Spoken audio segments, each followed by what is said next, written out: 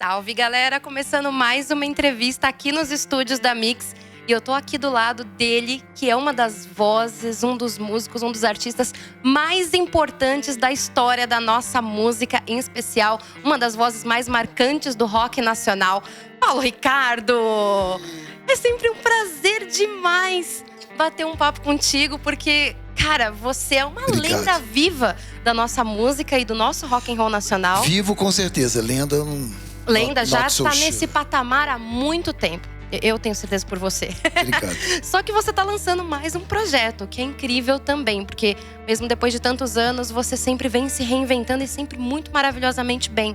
E dessa vez você nos surpreende com um projeto acústico, né? Que é muito legal porque a gente está acostumado a ver a voz do Paulo Ricardo, principalmente com umas levadas bem rock and roll e pesadas.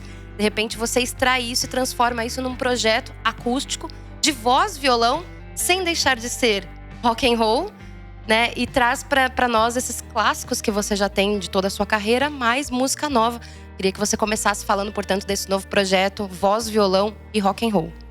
Olha, me surpreendeu também, porque, como você falou, eu venho de um contexto de um tipo de produção muito marcante, característico, uma superprodução de anos 80, com muito teclado. Quando você ouve uma produção dos anos 80, você logo identifica, né? Sim. Aquelas baterias eletrônicas. Claro que muita coisa está voltando hoje, muita coisa de hoje se parece com aquilo, né? Verdade. Com aquela sonoridade oitentista. E por ter vindo de um contexto de rock, com guitarras, bateria e elementos eletrônicos e tal, eu sempre tive um certo pé atrás com a coisa do acústico, de me despir, de me expor, de deixar as canções assim, né? Crua, visceral. Cruas, exatamente. Então, eu meio que fugi disso e consegui passar batido essa época toda dos acústicos MTV. Teve um monte. Teve um monte, não fiz nenhum. Sempre, depois a gente vê isso. Aí fica pensando, quando a gente for fazer, a gente pensa numa orquestra, não sei o quê. Mas eu sempre meio que evitando. Mas fiz um acústico do meu jeito, uma coisa que eu queria fazer, um acústico em inglês, com as canções que foram minhas influências, porque a gente não cantava inglês. Nossa geração tinha uma espécie de código de ética que nós queríamos mostrar nosso repertório autoral em português. Não queríamos ser confundidos com banda cover. Se você queria ouvir Satisfaction ou qualquer coisa assim, Smoke on the Water, não era nessa turma que você ia encontrar. Mas, lá para 2000 e tal, eu falei, bom, acho que agora eu já posso me permitir fazer esse acústico. Aí sim, aquela febre dos acústicos, eu vou fazer o acústico do jeito que eu gostaria de fazer. Não com o meu repertório ainda com aquele receio. Mas vou fazer as coisas que eu gosto. Beatles, Stones, Bob Marley, Queen, um pouco de tudo. Ficou uma delícia o Acoustic Live, CD e o DVD. Mas não era bem aquele acústico que as pessoas esperam com o teu próprio repertório, com os teus sucessos e tal. Aí veio a pandemia. E na total impossibilidade de estar com a banda, de estar com o público, eu comecei a tocar violão. É o que eu podia fazer. Fiz uma música sobre esse tema pesado que se chama Tempo de Espera, desse jeito, bem folk. Eu vinha numa pegada eletrônica, trabalhando com DJs e tal. E ali eu estava sozinho, em casa, com a minha mulher, com o violão e os gatos. E surgiu essa canção que foi feita à distância. Eu mandei a fita, né, maneira de dizer, a gravação, o áudio, pro baterista, ele mandou pro guitarrista, eles mandaram de volta, eu botei a voz em outro estúdio e tal. Fizemos o vídeo em casa, ficou muito gostoso. Faustão exibiu, foi uma coisa louca, ele na casa dele, passando o vídeo da gente na nossa casa pro Brasil inteiro assistir. E eu comecei a fazer as lives, né? 2 lives grandes que estão até no meu canal do YouTube, ficaram muito legais. A gente ficou empolgado no começo. Ninguém imaginou que essa praga fosse durar quase 2 anos, né? Então, nos primeiros meses, assim, em maio, teve uma live, pô, que legal. Estamos descobrindo uma nova linguagem, uma maneira de manter, né, a comunicação com os fãs e tal. Em junho fizemos outra live. E aí começaram a surgir as lives de Instagram. O que é um conceito muito doido, assim, de você se imaginar com um violão cantando de frente para um celular, num tripé, sabendo que tem ali milhares de pessoas do outro lado, mas é muito estranho. Você fala, e aí, galera, tudo bem? Uma coisa meio, Não tem o né? feedback que você tem de uma plateia Feedback num zero, show, né? feedback zero, zero. Você tá Tá cantando só com pro a lente. celular. É. E aí eu comecei a ter que fazer as minhas canções, claro, as pessoas queriam ouvir as minhas canções. E tive que tocá-las no violão, não tinha outra alternativa.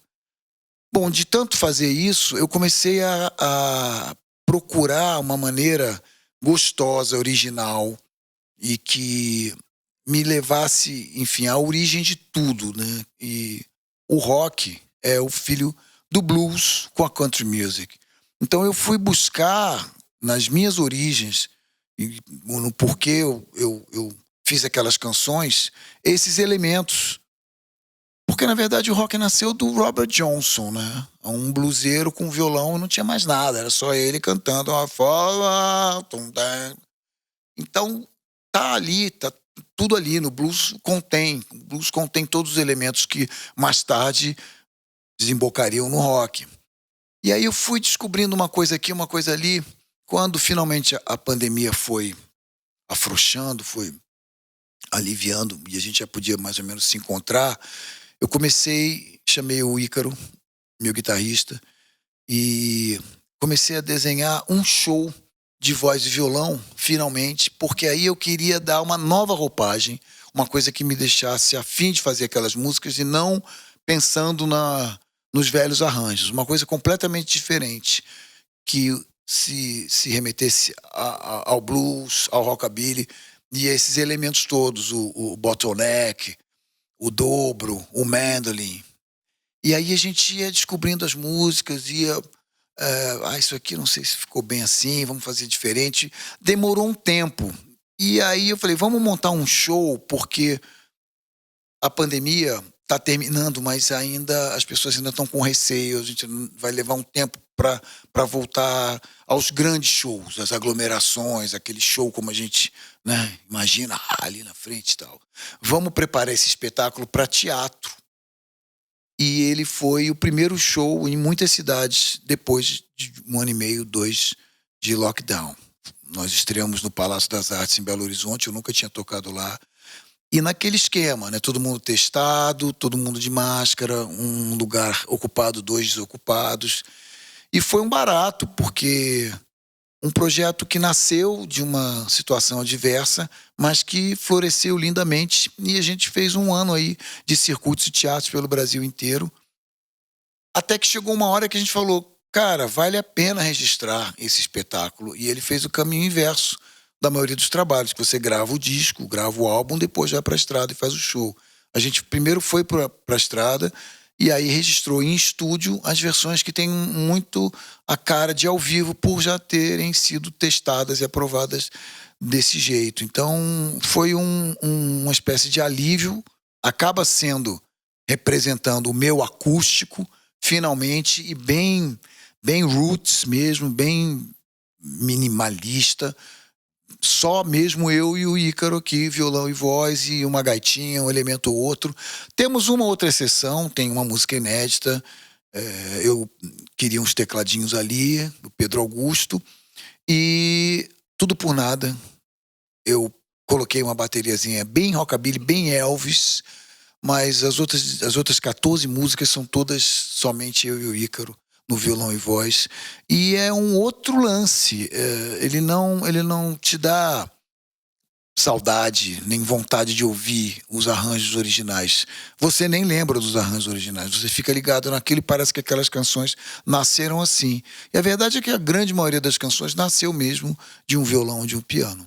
Outra proposta, outra roupagem. Mas foi esquisito esse processo? Você falou sobre esse desnudar. Foi esquisito quando você encarou o público? Que você veio do processo do celular primeiro.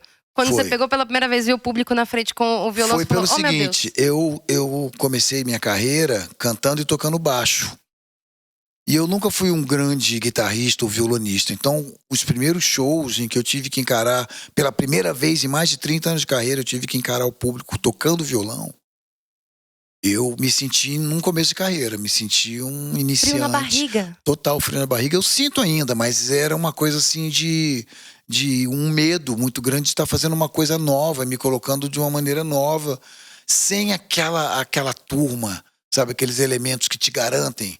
Subir num palco com um baterista atrás de mim, tecladista, raio laser. Você As tá... atenções, elas se dividem, né? E ao mesmo tempo você tem um exército contigo. Você não tá sozinho. De repente era eu segurando no violão e o Ícaro fazendo as firulas e tal. Eu tinha que segurar aquilo. Eu era a base, eu era a banda. E eu não tinha prática. Aquilo era uma coisa nova. Então o começo foi assustador mesmo. Eu matei vários coelhos nesse projeto, porque um deles foi essa limitação, né? Esse receio de encarar um show. Claro, eu sempre toquei um violão aqui, 2 músicas e tal, mas um show inteiro, 20 músicas tocando violão, eu nunca tinha feito isso, eu não sabia se eu ia conseguir e decorar tudo de novo. E é completamente diferente. E os 2 shows estão em cartaz, então eu tenho que apertar uma tecla SAP assim na cabeça. Desligar Tipo, esse. que show é hoje? Hoje é o rock popular. Hoje eu toco baixo. Então, é isso. Hoje, não, hoje... E são tons diferentes, porque o voz e violão é um espetáculo mais intimista. E tem muitas coisas que eu canto muito agudo e que ficam over num contexto de violão e voz. Então eu baixei alguns tons, também para me ajustar aos tons das gaitas e tal. Então eu tenho que pensar nisso tudo, mas assim, me deu muito prazer, é sempre muito prazeroso, muito gratificante quando você consegue superar um medo, né? Seja lá o que for, nadar ou, né, dançar balé ou qualquer coisa e encarar a galera e perceber que aquilo está agradando e tal. E é realmente, a esse ponto da minha carreira, uma reinvenção e uma coisa que eu nunca tinha feito e nem achei que eu fosse fazer. Eu tava fugindo até agora, eu tava conseguindo. Mas tá indo maravilhosamente bem. Inclusive, Tá vamos falar indo, pois é. de faixa nova, né? A vibe. Pois A vibe é claro. é o elemento É o novo. inédito, é a música inédita. Eu estive numa dessas últimas feiras da música. É um evento que acontece todo ano em Bento Gonçalves, no Rio Grande do Sul, que reúne toda a indústria, artistas, produtores, empresários e tal. E eu conheci o Bruno Calimã, que é um super compositor, um cara que as pessoas associam muito ao sertanejo, ao pop, mas, por exemplo, Luan Santana não sai de casa sem ele. E a gente se deu muito bem, e ele, na verdade, ele é muito rock and roll. Ele é um cara do rock. Os ídolos dele são Dylan, Elvis, Beatles. E a gente combinou de se encontrar para compor, fizemos isso, dali saíram já várias canções e essa foi a primeira. Uma canção que tem essa delicadeza, ele é um grande melodista e eu evoquei aquele clima anos 60, daquelas influências hindus dos Beatles com uma cítara. O Ícaro tocou uma cítara, uma cítara guitarra, né? Com um timbre bem Beatles naquela fase Maharishi e tal. E temos outras coisas na manga, assim que a gente acabar essa fase do voz e violão, eu vou vir com uma parceria com o Calimã, que é bem dançante, totalmente já com elementos eletrônicos de novo. Diferente dessa vibe. Diferente. Mas assim, você reconhece a marca da melodia dele. Ele tem grandes melodias. Uma coisa que me chamou a atenção da música Vibe é que não fica claro se é uma música romântica para uma mulher ou se é uma música romântica, uma própria declaração para a própria música. Sim. Porque tem um momento que muito bonito, inclusive um verso que diz: a música é a cura, é a luz na escuridão. Para você, a música é a cura, ela funciona, ela tem esse papel também na sociedade? Você sabe que cobravam do Bono alguns significados de algumas letras e tal, e ele acabou fazendo isso em algum momento para algum veículo e foi dizendo meio que as histórias por trás das músicas, né? Isso desencantou, desiludiu muita gente. Falou, não, era isso, eu achei que era uma outra coisa. Tem certas coisas na poesia que você precisa do benefício da dúvida, você precisa usar a tua imaginação, você precisa brincar com o duplo ou o triplo sentido e ter a possibilidade de ser qualquer um deles, dependendo do que você ouça. Por exemplo, Renato Russo ouvia Cruz e Espada e ele ouvia de uma forma completamente diferente do que eu estava escrevendo, sobre uma experiência minha. Ele falou, pô, essa música é linda. Quando eu regravei nos anos 90 no rock popular brasileiro, eu chamei o Renato.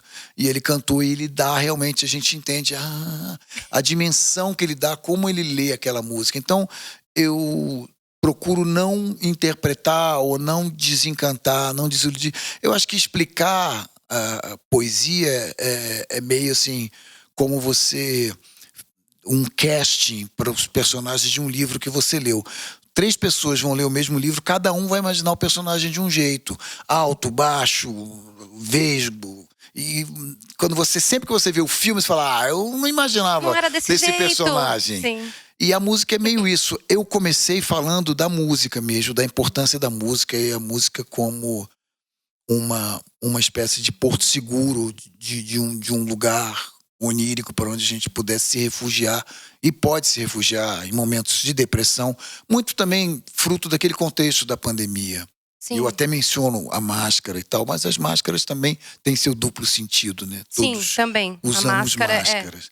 Então, é mais ou menos as duas coisas. A minha relação com a música, é a relação da música como um bálsamo para a maioria das pessoas, e esse efeito, esse milagre, a música na religião e tudo.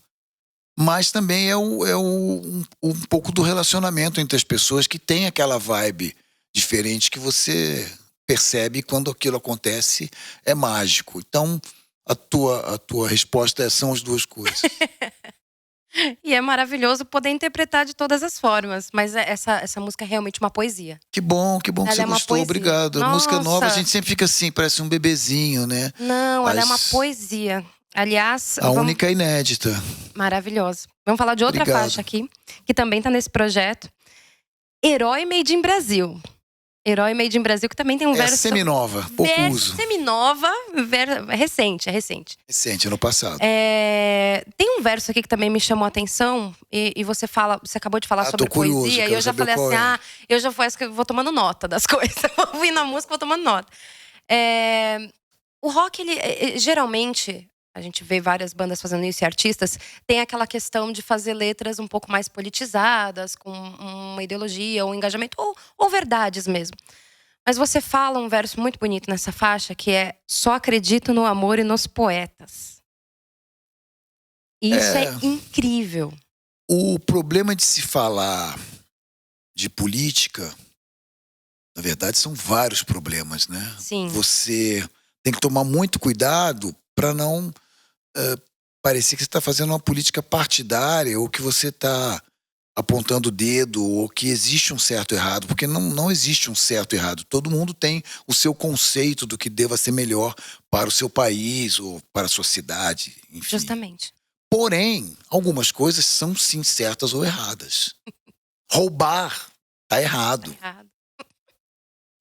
Superfaturar tá errado. Então, existem coisas que estão profundamente entranhadas na nossa cultura, que a gente já sofre, já padece com isso há tanto tempo, que já parece normal, parece que é assim mesmo. A gente não pode cair nessa apatia, nessa atitude de uma aceitação, tipo, isso aí é assim mesmo. É assim mesmo. Mas a gente não pode aceitar calado. E eu acho que nossa geração veio de uma ditadura militar. Nós crescemos, isso era um assunto, sem dúvida nenhuma era um assunto. Nós queríamos fazer a revolução, nós queríamos diretas já, queríamos mudanças, e mudanças drásticas, mas era tudo muito preto ou branco. Não era possível você ser a favor de uma ditadura. Então éramos todos contra a ditadura, e não havia discussão sobre isso. Quando você vive numa democracia, não tem o certo e o errado. Teu candidato pode ser tão ruim quanto do outro partido de oposição. Então, a essência da canção é um olhar reflexivo, olhar pra gente enquanto brasileiro e se perguntar por quê. Claro, tem um ditado que fala: cada país tem o governante que merece. A nossa política é um reflexo das pessoas que nós colocamos lá através do voto. A gente não pode reclamar, somos uma democracia. Essas pessoas foram eleitas para nos roubar. Então tem alguma coisa errada com quem? Conosco. Isso vem da onde? Aí eu fui buscar essa resposta no modernismo, Mário de Andrade, Macunaíma, o herói sem nenhum caráter. Então o que eu quero dizer é que não é ele ou aquele outro cara. Somos todos nós, faz parte da nossa cultura, faz parte dessa coisa, desse conceito de ser brasileiro, esse swing, essa malandragem, fica assim, uma coisa malemolente que para perder uma integridade, uma coisa moralmente correta é muito fácil, entendeu? Não tem esse negócio de malemolência. Tem um horário, é 8 horas, não é 8h05. O brasileiro é meio... a malandragem. Que malandragem, meu irmão? Malandragem que jeitinho brasileiro. Que jeitinho brasileiro, que significa o quê? Fazer uma falcatrua que ninguém perceba. Vamos falar sério? Furar uma fila. Furar uma fila, subornar um policial. É o que a gente faz no dia a dia. Isso aí já tá. Então, o Herói Made in Brasil retoma o garoto que com 20 anos, claro, queria mudar o mundo, o seu país, o seu mundo. E depois eu não sei necessário falar mais de política. Vivíamos uma democracia e cada um que se vire, entendeu? Mas nós vivemos um momento tão incendiário, tão polarizado, tão tenso, intenso, que eu não podia simplesmente falar de outra coisa.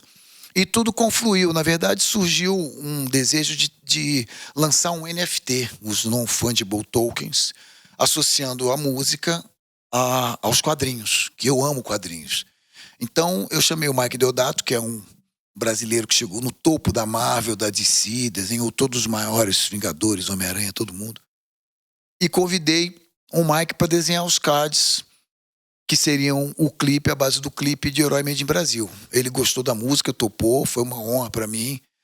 E eu comecei a pensar nesse conceito, né, de estar trabalhando com um cara que é o máximo dos super-heróis. O que seria um super-herói brasileiro, né? O que seria? É o Macunaíma. O nosso herói não tem nenhum caráter. É um herói... É um anti-herói, né? Então, veio um pouco disso tudo, um pouco de quadrinhos, um pouco de Macunaíma, do filme, do livro, de modernismo, antropofagia. E os cards ficaram lindíssimos, estão lá no meu canal do YouTube. E a música fala da minha... A visão da nossa geração. A gente já está lutando aí há mais de 30, quase 40 anos. O que a gente conseguiu? Olhando para trás, qual é o legado que a gente vai deixar? O que a gente vai deixar para os nossos filhos dentro da história do Brasil? Qual foi a diferença que a gente conseguiu fazer com essas canções, com as nossas atitudes? Então eu dou uma questionada, mas é basicamente uma autocrítica como artista e como brasileiro e mexendo em alguns pontos chave, né, nevrálgicos assim, da nossa cultura. A questão do jeitinho, a questão da lei de Gerson. Muita gente não... Eu acho que... Não sei se os mais jovens vão saber o que é a lei de Gerson, né? A lei de Gerson acabou adquirindo esse peso por conta de um comercial de cigarro que o Gerson, na seleção brasileira de 1970, fazia. Você tem que levar vantagem em tudo. Então, é uma coisa que acabou se tornando uma característica do brasileiro. O brasileiro tem que levar vantagem em tudo. E levar vantagem, não, eu tenho certeza que o publicitário não era um cara do mal que estava querendo trazer uma mensagem do ilícito para a população. Era uma coisa assim, que se tornou uma espécie de bordão dos políticos. Tem que levar vantagem. Não dá para fazer uma obra sem que alguém ganhe alguma coisa. E o sistema é perverso, ele é blindado, ele é feito para que você não possa acessar, não possa mudar nada. Só quem pode mudar é quem está dentro, e quem está dentro não vai mudar. Então, a partir daí eu não consigo mais falar de outra coisa. Estou trabalhando num álbum novo de inéditas, rock and roll, e de um modo ou de outro está tudo um pouco com esse viés político. Então podemos esperar um próximo álbum. O projeto Voz, Violão e Rock and Roll continua por um sim, tempo. estamos lançando agora. Esse disco, Boa. ele tem o que as pessoas mais gostam, que são sucessos. Você querer mostrar uma música inédita, adorei que você falou de vibe, mas se eu chegar na rádio e disser, olha, essa vai ser música de trabalho, é como você pedir pro cara te ajudar a subir o piano de cauda pela escada. As pessoas, não. Aí você vem com um grande sucesso, numa nova versão, as pessoas, isso, que maravilha. Então, eu fico muito feliz porque são novas versões, são realmente muito novas e muito diferentes. Bem diferentes. Não é uma coisa requentada, mais ou menos igual, né? Tem acústicos que não mudaram nada, a alma da canção. E fico muito feliz. Quer dizer, são canções que já fizeram sucesso há muitos anos. Então, para muita gente, elas vão só como canções novas. Então, estou muito feliz em ter esse encontro com o meu repertório, ao mesmo tempo mantendo o Herói de Brasil, mantendo foco no olho no futuro, mas muito feliz e quentinho, assim, por estar apoiado por essas 16 canções, 14 delas já grandes sucessos, né? Então, a gente vai continuar trabalhando esse álbum e temos mais ou menos um cronograma antes do fim do ano começar a mostrar o álbum novo que vem por aí. Aí, rock and roll com música inédita e mais ou menos uma continuidade do que eu faço. Essa foi uma pausa acústica. Depois a gente vai voltar vamos voltar a fazer barulho. Fase quietinha. Fase quietinha, tranquilo. Depois vem aí, então. Respeitando os vizinhos. Já estou na expectativa, já estou na ansiedade. Estou muito animado. Trabalhando todo dia nesse projeto. Muito bom. Paulo, brigadíssima. Obrigado, Brigadíssima por esse papo pra gente da Mix. Mais uma vez, maravilhoso, incrível. Aguardamos por esse novo álbum, então, e sucesso com esse novo projeto por enquanto. Sou ouvinte. Essa fase vibe tranquila. Assíduo e me ouvir na Mix é sempre motivo de comemoração. Prazer é nosso. Obrigada. Gente, até a próxima.